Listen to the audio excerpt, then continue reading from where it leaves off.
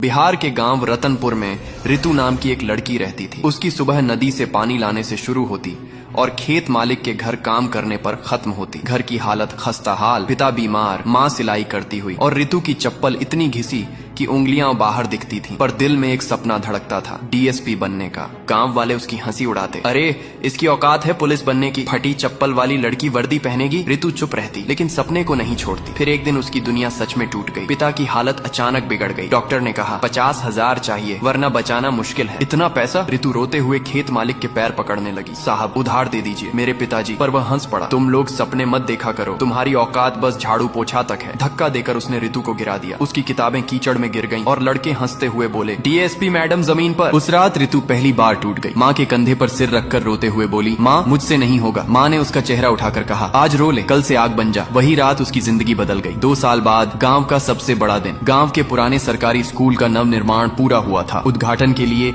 एक विशेष अधिकारी आने वाले थे। लाउडस्पीकर पर घोषणा हुई, स्वागत करें डीएसपी ऋतु का। जीप रुकी। वर्दी में ऋतु उतरी। आंखों में वही आग, कदमों में वही हिम्मत। गांव स्तब्ध, वही लड़के, वही खेत मालिक, सबकी नजरें झुकी हुई। ऋतु ने मंच पर खड़े होकर तिरंगा फहराया, हवा में तिरंगा लहराया और पूरे गांव की तालियां गूंज उठी। माँ की आंखें नम थीं। ऋतु नीचे उतरी और बोली, माँ टूटी मैं थी लेकिन रुकी नहीं। लेकिन फिर भी किसी ने ऋतु के लिए लाइक सब्सक्राइब नहीं किया।